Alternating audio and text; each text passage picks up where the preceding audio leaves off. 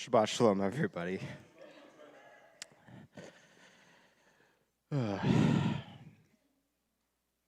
About 2 years ago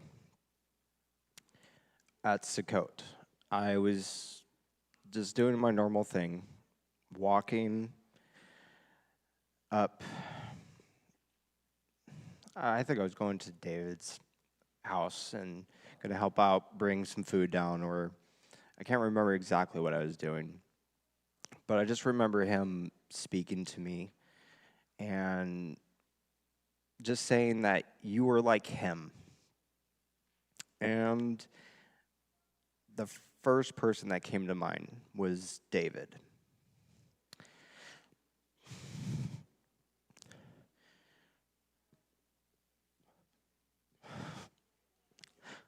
I thought it was David Matthews, but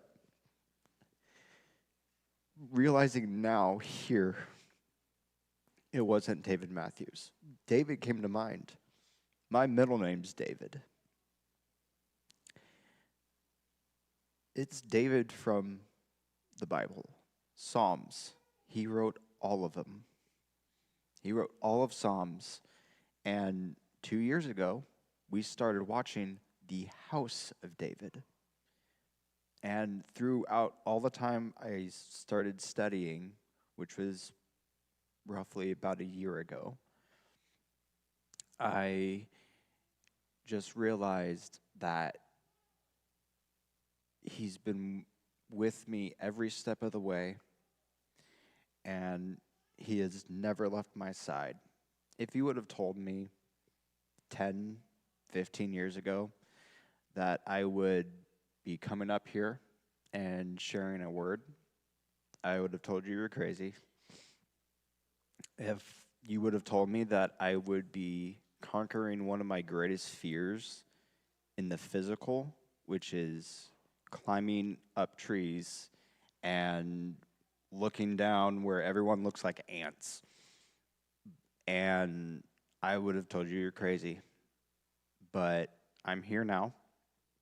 I have put time into this. Like I said, I roughly started about a year ago. My teaching changed probably 3-4 times. I can't tell you how many times. And then I landed on this word, which is the body of Messiah seen through his creation. I thought about this when I was just doing my day-to-day, climbing a tree, cutting it down, trimming it, and he was just speaking to me on how we do things, how we use creation to put it into our own life. We can learn a lot from his creation. Just like plants, we are part of it. So we can look at how we prune fruit trees, using it to show us how to prune stuff in our own lives, as John was saying earlier. There's a lot of dead branches in us, and it takes time to cut back every little piece. Very tedious process. And if you have ever trimmed a fruit tree, it is a long, long process. I always try to take shortcuts when I can, but it's not recommended.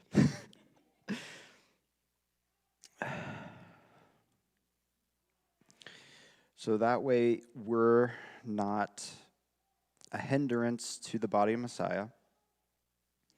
In saying that, let me show you how Yahweh prunes us.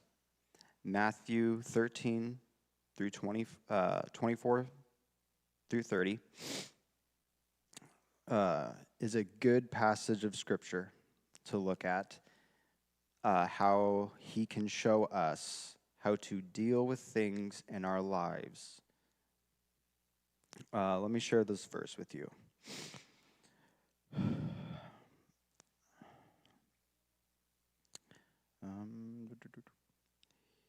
he put forth to them, saying, "The kingdom of heaven is like a man who sowed a good seed in his field. But while man slept, his enemy came and sowed tares among the wheat, and went his way. But then the grain had sprouted and produced a crop. Then the tares also appeared. So the servants of the owner came and said to him, 'Sir, did you not sow good seed in your field? How then does it have tares?' He said to them, 'An enemy has done this.' The servants said to him, 'Do you want us then to go gather them up?' But he said, 'No, let's least while you gather up the tares, you also uproot," keyword, "the wheat with them. Let's gather together let both grow together until the harvest. And at the time of harvest, I will say to the reapers, first gather together the tares, and then bind them in bundles to burn. Then, but gather the wheat into my barn." So the way I looked at it is he wants the bad crop and the good crop growing together. But I feel like that's how we get sharpened. We grow up around a number of people that we take a look at how bad they impacted our lives. But if that person was never there, you wouldn't be the person you are today.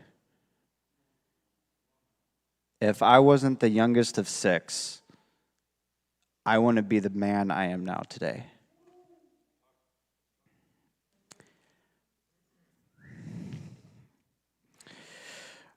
I want to take a look at the phrase, grow together.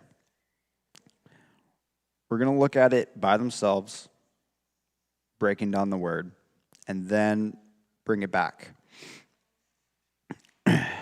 So let us look at the word grow. In Hebrew, the word is, probably going to butcher it, but I'll try my best, sama.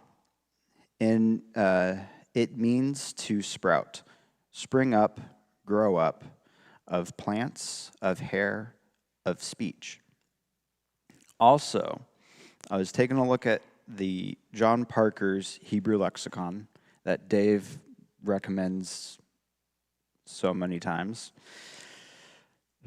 And it also can mean the shoot or branch in use as a title of the Messiah. I was talking to David a while back ago at my dad's birthday party that we had from this last week. And I was wanting to find a place to put it in my teaching, but couldn't figure out where to put it. I think this is a perfect spot for it because David was talking about a few weeks ago about limb walking and how once you get towards the end, it becomes a little bit more off balance. I personally can actually attest to that because in my job, sometimes we have to trim out branches far out, and you can't always get equipment in to reach it and trim it for us. And sometimes there's hazardous things in the way, like houses or stuff you don't want to get damaged. But I know how difficult it is to keep going, trying to sidestep my way out onto this branch. And just slowly but surely. But there's one difference. I have a harness on, and I have a tie-in point at the tip of the tree. And as I'm walking out, I'm slowly releasing my line to make me be able to go out further. But sometimes you get shaky legs and the branch wobbles back and forth and you get fearful of falling. But if you fall, you're just going to swing all the way back to where your time point is. And the way I look at that is he is our tie-in point, and Yeshua is our safety harness. So Yeshua intervenes with us through Yahweh and helps us be able to walk upon that limb, to go out in faith, because occasionally we might fall and swing back to the tree. But at least you're back where you started, and then you can just walk again and keep going. You might fall several times. I have done it in a tree, and it's an adrenaline rush. But then, it's my job, so I have to keep on going back out and steady. And I have so much gear on. I probably have like 40 pounds of gear on me at all times. So that does not help the balance situation. Okay.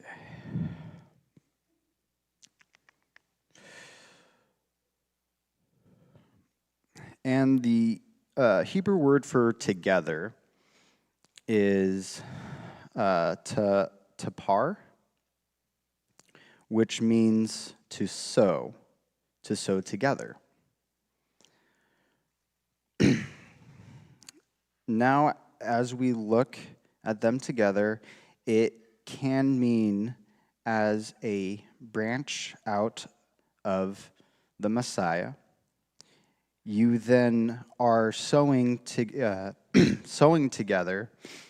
your life with His by surrendering all that is not of Him, so you can walk in what He has called us to do. But we can also use this as a way we branch out to each other and sow in our lives to make the body of Messiah stronger.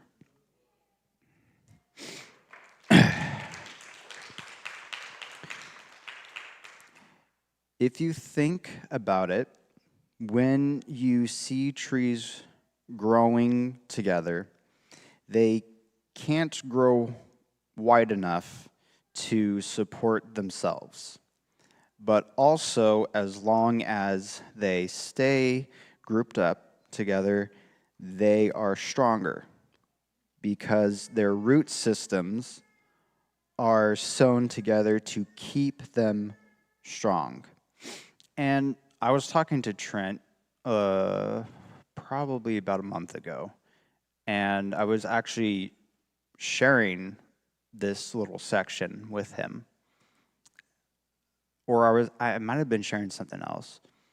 But I was under the impression that the root system of a tree goes as long as their limbs.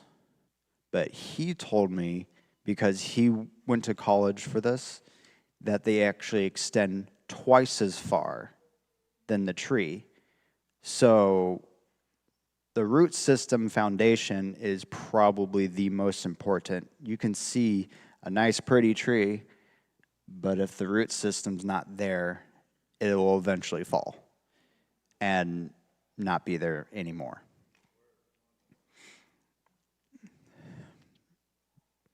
But if one of the starts to fall, it becomes weak in that area. So what he has shown me is if you allow things that are not of Yahweh to come into our lives, and it causes us to stumble and fall, kind of like reaching out, coming back straight to him, then not only are we affecting ourselves, but we are affecting the body of Messiah. But even when a tree falls and the other ones around it will start to grow, start growing towards that area that has been weakened. Essentially repairing the damage that was lost.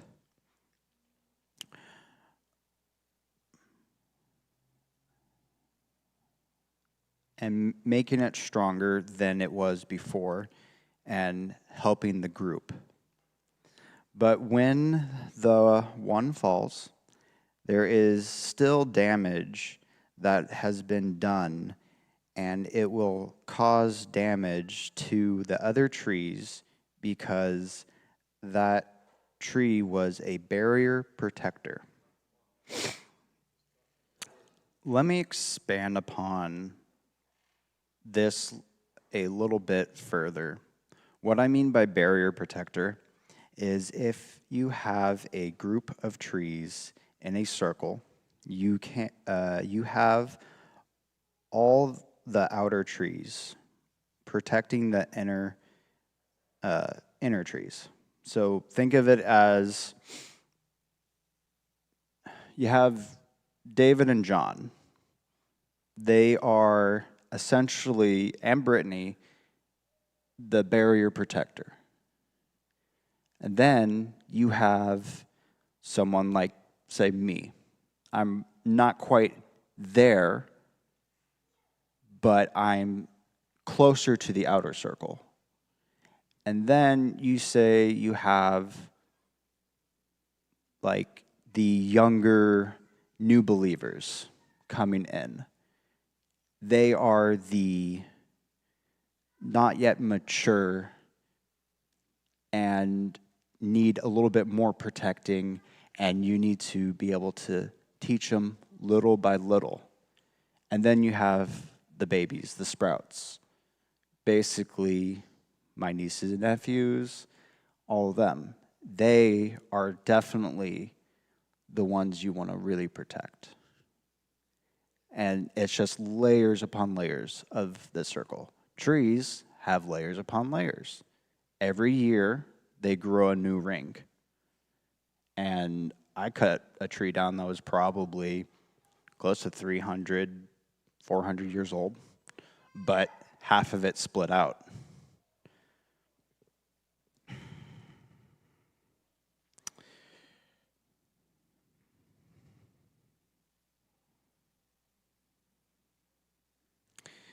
It basically when one of the outer trees fall and on its way down, it is damaging some of the other ones on the inside. depending on which way it falls, though. If it falls towards the outside, then everyone from the inside is safe.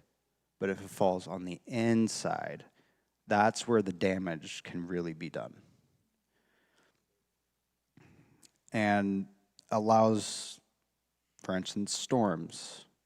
The enemy loves using everything else around you to really mess with you.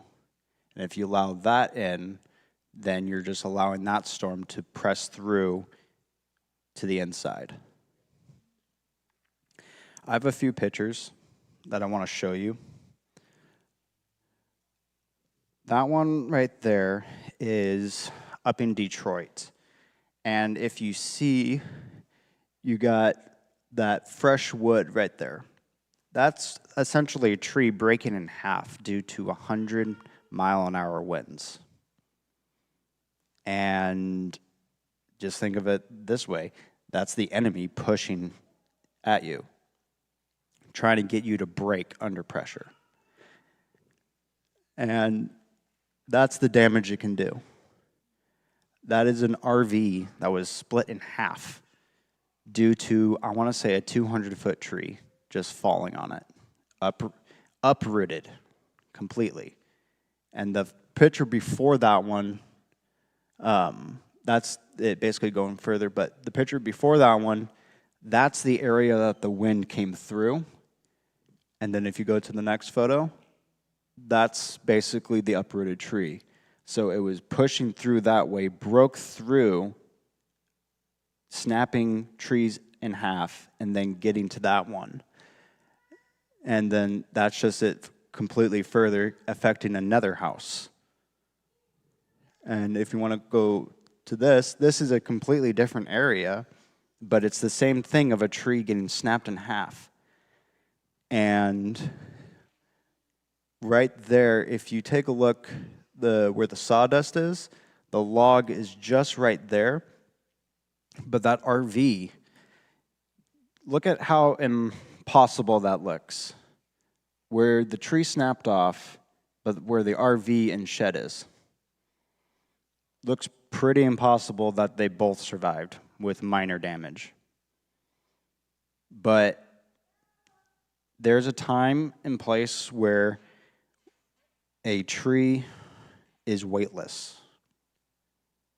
So the same wind that is the enemy pushing to knock you over, it can be the same wind that in that weightless moment, Yahweh will push it to protect what is underneath.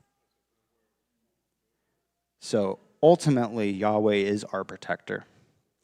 He's always there to help us out, even if we get knocked down. So he can minimize the damage that is left behind.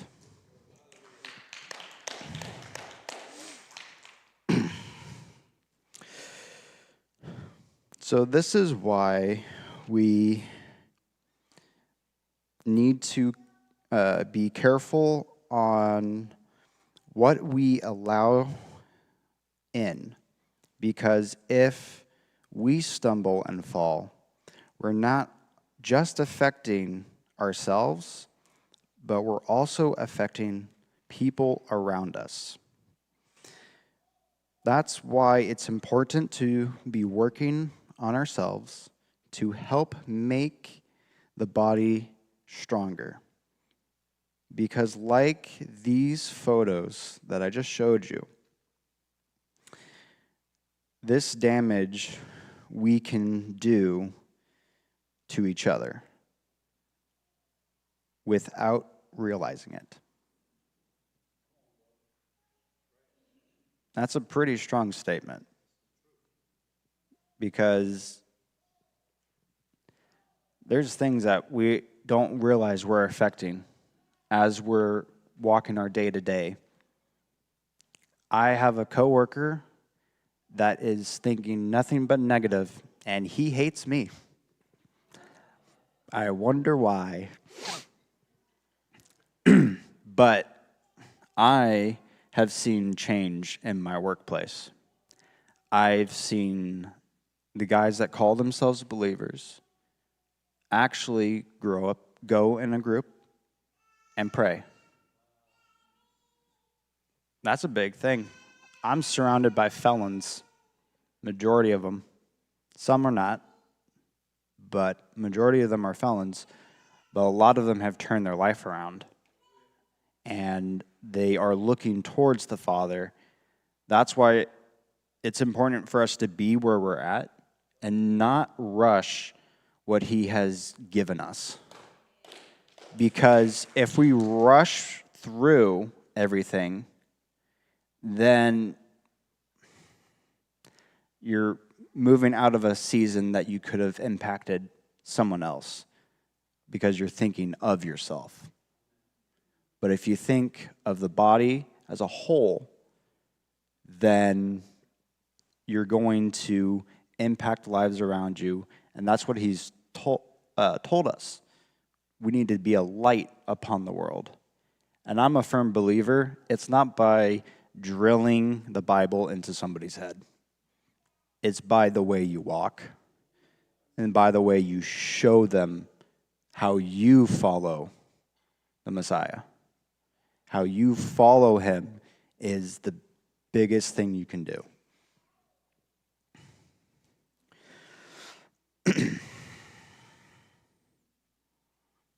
I need water. I was warned about cottonmouth.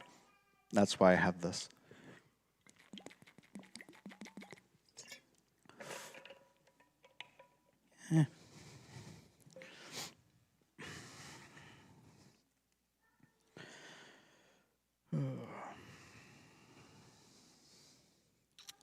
But even when we stumble, the rest of us are there to help and support each other.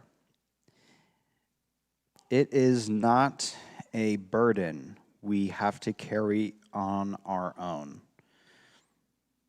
We are to lift each other up, not tear them down. But we still need to work on ourselves. I mentioned this a little earlier about the pruning process and how it is very tedious. I'm really good at removing a tree.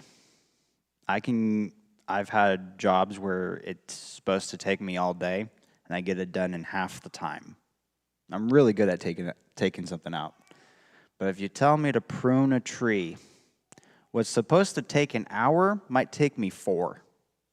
Because the way you're supposed to prune it is by taking out the cross branches, the ones that are rubbing up against each other, the ones going straight up, and all the dead branches.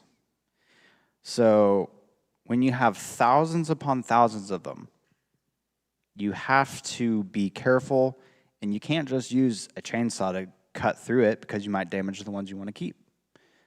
You have to take hand pruners, and you have to take one out at a time. And if it's too big, you have to take a handsaw. And that's just slow and steady, trying not to damage anything else. But that's technically how we're supposed to be doing it in our life. Some things take time, a slow and steady prune, because it's built up over time because you didn't deal with it when it was small. When it was small, it was like, okay, snip. It's out. Bye. But if you let it stay, it will just grow and grow and grow. And then you have to take your time to cut it away without damaging anything else.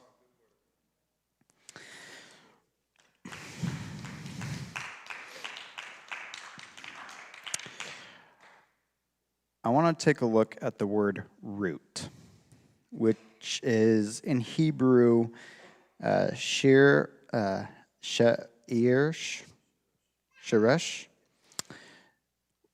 which is translated as root or bottom. But if we take a look at the value of this word, it's 800. The same value as the word cachet, which means bow or for hunting or battle, a bowman, an archer, but the most important, a rainbow. The thing that we see when the rain comes and after the storm leaves, the sun comes out, what's left of the rain will create a reflection to where you see this nice rainbow. Sometimes you see a double rainbow. Sometimes you just see a single rainbow or half of a one. But nonetheless, you see a rainbow after a storm because it's his promise that he won't flood the earth again.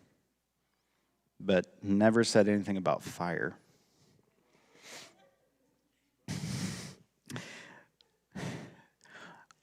I was kind of stumped on where to go with these two words. And I was just sitting at my desk, just looking into it. And I just was talking to a few people, texting people, one specific person, if you know me. And I can't take credit for this next little portion because they helped me out quite a bit, and I said I wouldn't name them by name. Scripture frequently portrays the Lord, Yahweh, as a superb archer. He bends his bow and sets it against his enemies. And there's some scriptures up there that you can go back and take a look on your own. I'm probably going to butcher this name, but Habakkuk. I still can't do it. Anyways, you can see the name. Saw him marching in judgment. You brandish your bow and called for many arrows. Another scripture there. So it's kind of like basically he's declaring war and bending that bow back. And that's a hard thing to do. You can't just put on a string. You got to put some mind to it and muscle to it and really pull it back. It's not easy. So you got to really think about what you're doing when you're addressing your bow. But, like I said, rainbow, there's always double meaning to every word.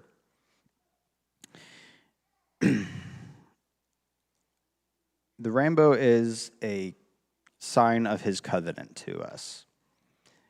As he sets my bow in the clouds, and it's directed to the heavens, not at the earth, because if it was flipped around, then he's declaring war on us, and he is going to judge us. But it's pointed to the heavens, so he's holding back the enemies coming to us. But also, it can be a sign that he hung up his bow and he's not declaring war.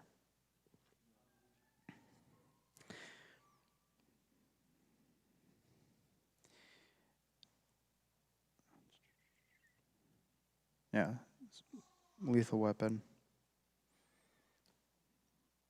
I want to share a Psalms with you. It's Psalms 37, 12 through 18.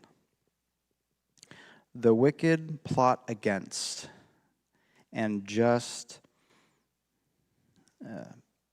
and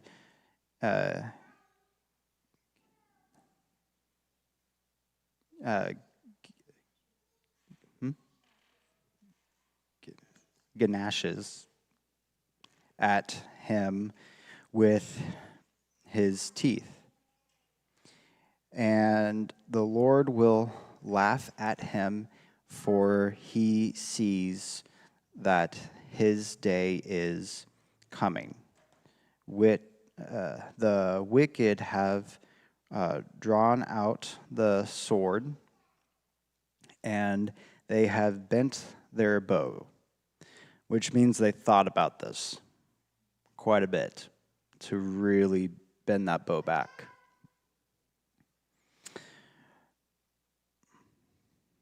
To cast down the poor and needy, to kill those who are upright on the path. Their sword shall enter into their own heart.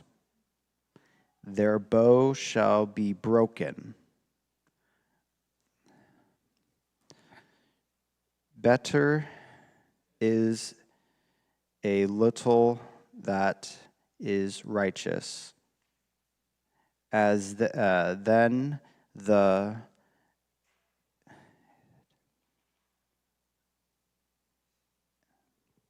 can't read that word. Abundance of the wicked, for the arms of the wicked shall be broken. But the Lord upholds the righteous. The Lord knows the days of the perfect. Their inheritance shall be forever. So, anyone that's against you, he can't really touch you. The way I look at it, my fear of heights is just a fear. That's of the enemy. And when I climb up and go higher and higher, I'm looking down and I'm like, oh, this fall could kill me. But that's just the enemy saying, hey, look what can happen if this tree breaks in half or your line snaps. You could fall. These are thoughts that go through my head every day. But I constantly have to remind myself, if he has a purpose for me in my life, Yahweh will not let any of that happen. He might do stuff to remind me.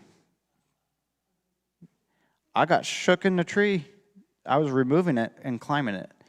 And if you've ever been on a tip of something that goes like this, and you take the top and it just comes down and then just slaps that, it will go like this. And you go for a little bit of a ride. And there's precautionaries to brace yourself. You just brace yourself like this and stay stiff and just go with it. Go with flow. But there's other times where the fear kicks in and then you break the elbow and that tree comes and hits you right in the chest. I've had that happen. So there's little reminders he does, even though he protects you. He's like, hey, by the way, things can still happen. It might not hurt you permanently, but I'm just letting you know. Don't get too cocky. You want to make sure you're upright and righteous. You don't want to,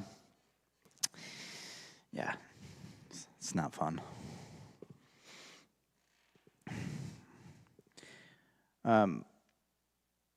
What I'm gathering in that our roots can be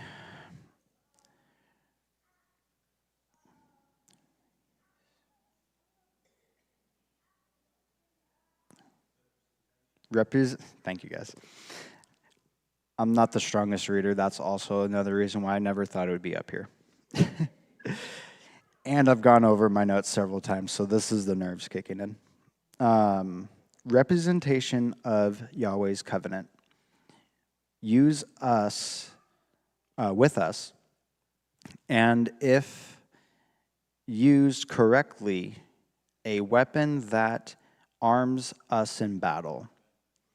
But if used incorrectly, it will break us and cause our roots to rot.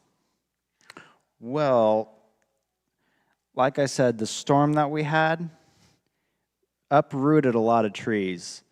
This is the first time I came to a tree that when a tree uproots, the roots come out of the ground and it's standing straight up like this. And sometimes when you cut the tree away, everything will go back because that's under tension. This was the first time that the roots were completely rotted. If you want to take a look at the photo, those are roots that are typically spread wide. This is an oak tree, an Oregon white oak to be specific. These are heavy trees and not really fun to climb either because they go like this. They twist and turn all the time. But they're very pretty trees because they have a nice little canopy if they're out by themselves. A really nice tree. But the grass right there that you see, that's nice, green, and vibrant. Well, if you look at these trees in their natural habitat, there's nothing growing underneath them because they suck all the moisture and they want to thrive.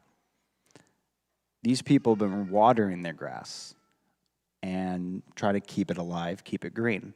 But in doing that, they rotted away the roots. So overwatering can also be an issue versus not. The way I look at it is overwatering is us taking into account for watering the seed that we plant. And it can rot somebody's roots to where they'll fall away from him. And if you just let Yahweh, like it's in its natural habitat, let it naturally get watered through Yahweh, it will grow into a nice, strong person or tree. And that way, you take yourself out of the count. All we're there is to sow good seeds. And the way I look at it is you sow it via the way you walk, not by how much you know. People can talk all day long, but if you're not walking what you're talking, it's not, there's no weight behind it. You always have to be accountable. And the weight of how you walk is going to speak louder than the way your words are.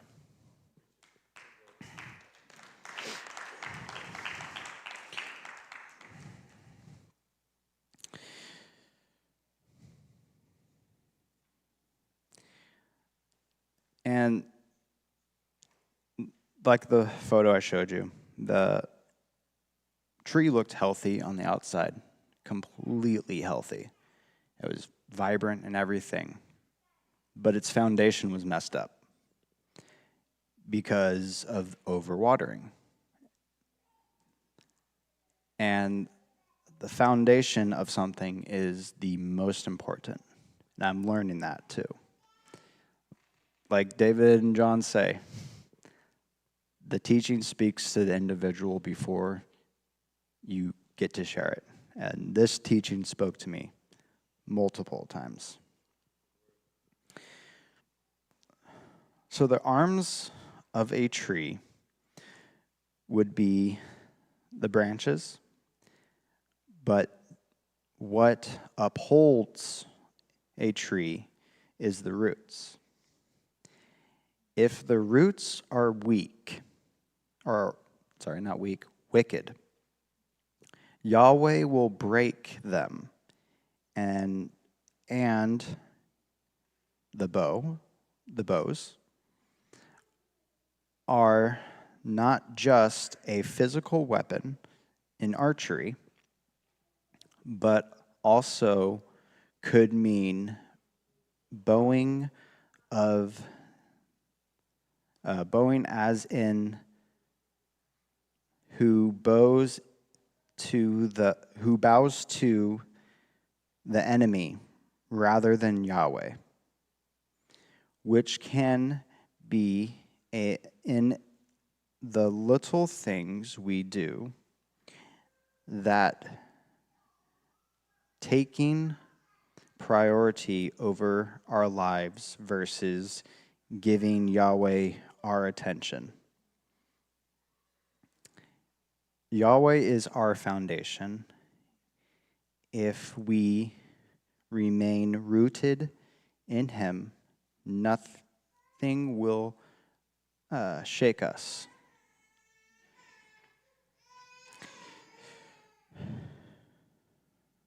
Yeah. Multiple times when I was bringing up this word and I was digging into it, many distractions will come your way. Many. And as you're digging, there was one point, probably actually the biggest portion of my notes that I have, I was just like digging and digging, couldn't think of anything. And I'm like, maybe I should just take a break. Like David says all the time, just take a break, go back, and then go back and look. And I didn't take a break because sometimes with me, if I take a break, I'll get way too distracted and never come back. So I was like, okay, maybe I should just dig in a little bit further. And then as soon as I made that decision, everything started flooding. I couldn't type fast enough with all the thoughts that were coming through my head. It was like, in a way, a floodgate was open and all this information's coming at me and I'm like trying to write it down and stumbling over everything, and I had to rewrite some words because I was putting it down too fast when I went to go back to take a look at it. I mean, also Brittany mentioned her last teaching about protective barriers and how that line that is drawn is we're supposed to protect that. And I'm just, the way I look at what I was shown here is that's a protective barrier, but we are the barrier protectors. And we're supposed to be wary on what comes in versus what leaves occasionally. People can leave and fall outwards. Doesn't damage what's inside. But if they fall the other way, trying to tear down with their words, with their actions, then we have a problem. Because I don't care if you fall out.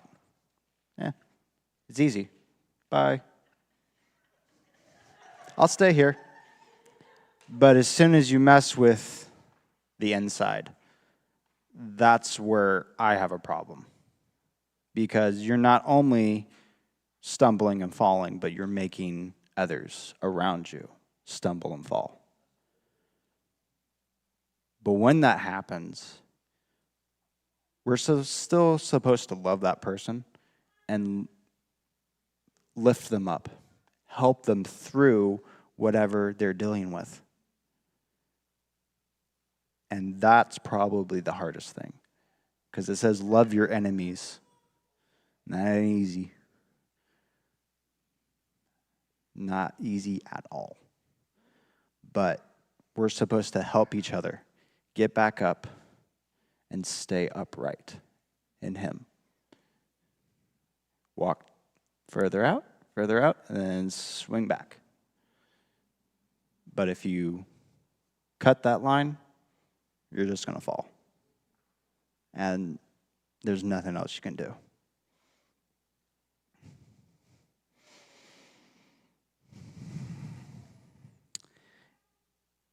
If we take what we have learned here, that we are barrier protectors, and as long as we ground in Yahweh, things can move us, but if there are things in our lives that we're taking priority over Yahweh, then our foundation and our roots will rot away. And we will end up falling. And if we fall, we have a potential of making others fall with us. That's why it's important that we work on our own path, that make sure that what we're rooted in is of Yahweh and not of the enemy. Because before I even came up here to do this teaching,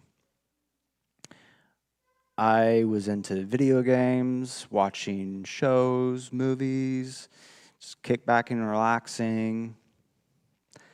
Slowly but surely, I started not really caring for video games. I'm like, okay, well, maybe I'll just do something else.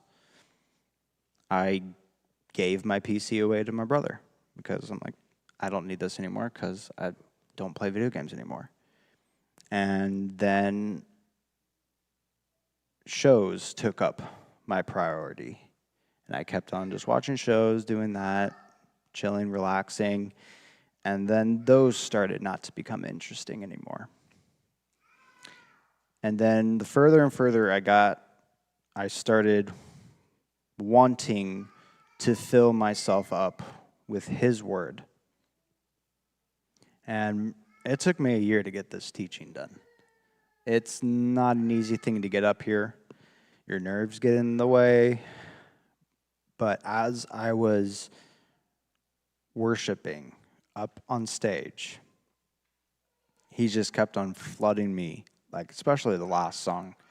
I don't know if you guys saw, but I was bawling my eyes out up there because I was just filled with His Spirit. And like especially when it said, His love surrounds me. And I took it as like, I'm nervous coming up here to share this word. My nerves were completely gone. And I just was at peace. And that's why I was bawling my eyes out, because I was worried of coming up here. Because I know what this means. This is probably not my first time coming up here. Probably won't be my last. And I mean, I just want to thank everybody that has shown me the way to walk.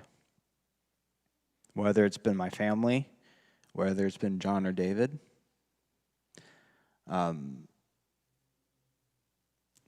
whole bunch of people have impacted my life, and I just want to thank you all. And yeah, Shabbat Shalom.